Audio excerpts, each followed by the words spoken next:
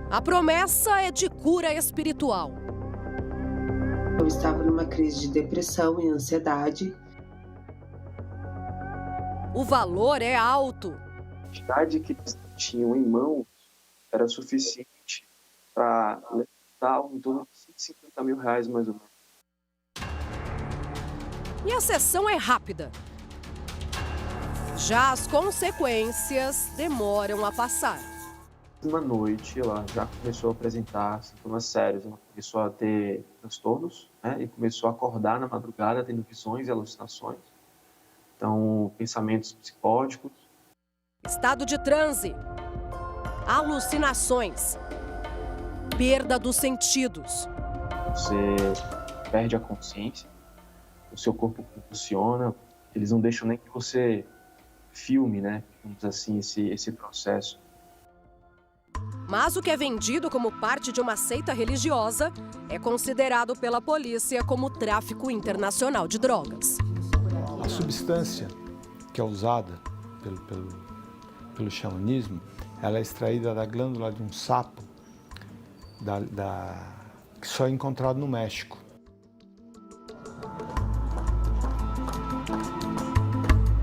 O Cidade Alerta se prepara para ouvir a história de Rafael. Ele mora em Goiás, por isso a entrevista será à distância.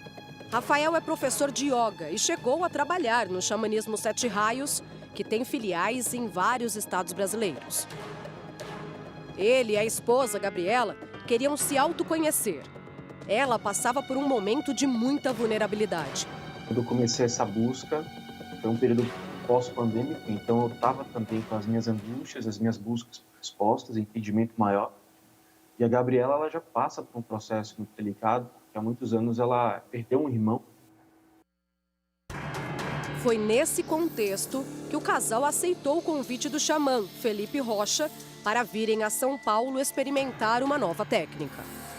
O ritual foi em torno de R$650, mais ou menos, por pessoa. É simplesmente um líder religioso, né, que lidera um instituto, que trabalha com espiritualidades, etc., mas que não tem nenhuma formação em área da saúde.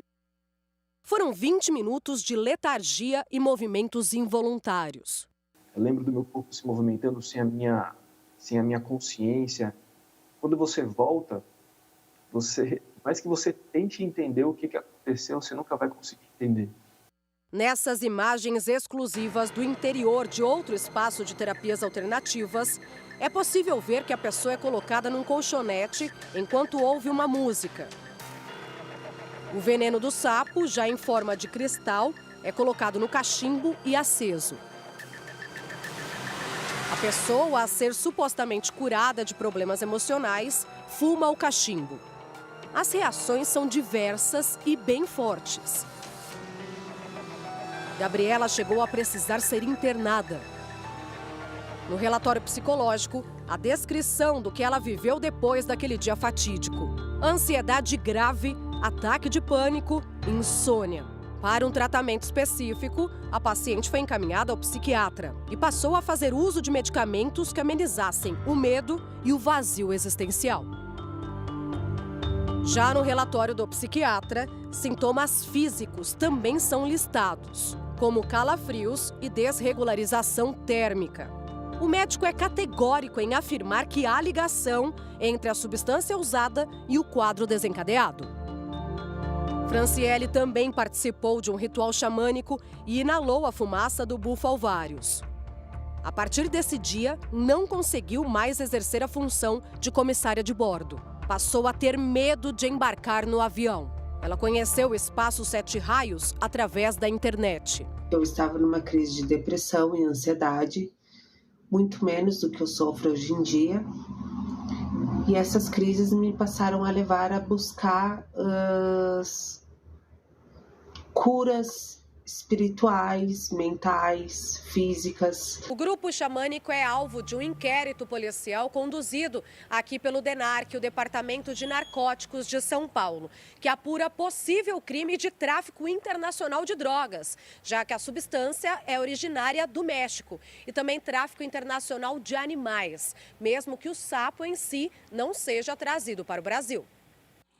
Popularmente conhecido como bufo, o veneno do sapo bufo-alvários seca depois de extraído e, em combustão, libera o psicodélico 5-meo-DMT, considerado pela Anvisa um entorpecente.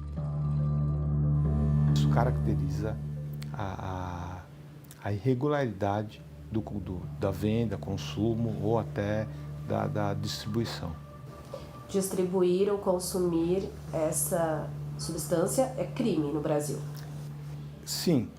Distribuir, ainda que gratuitamente, qualquer entorpecente, qualquer coisa que você passa para outra pessoa, ainda que a título gratuito, é considerado tráfico.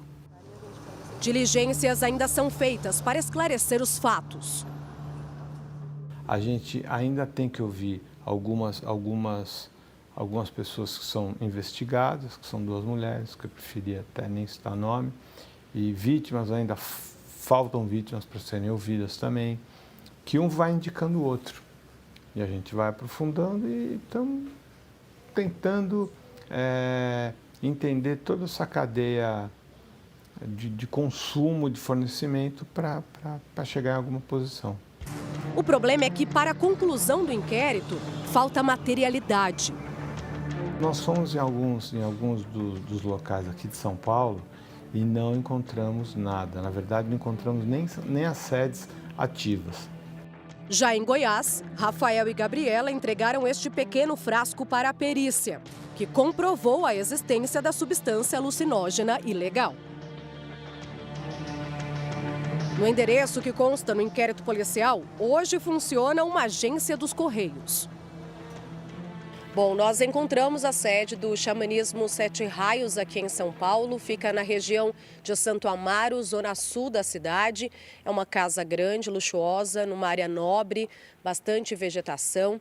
O responsável que está no momento disse que não tem como falar com a gente agora, que vai receber inclusive uma pessoa para um atendimento. Passou o contato da assessora de imprensa para futuras entrevistas.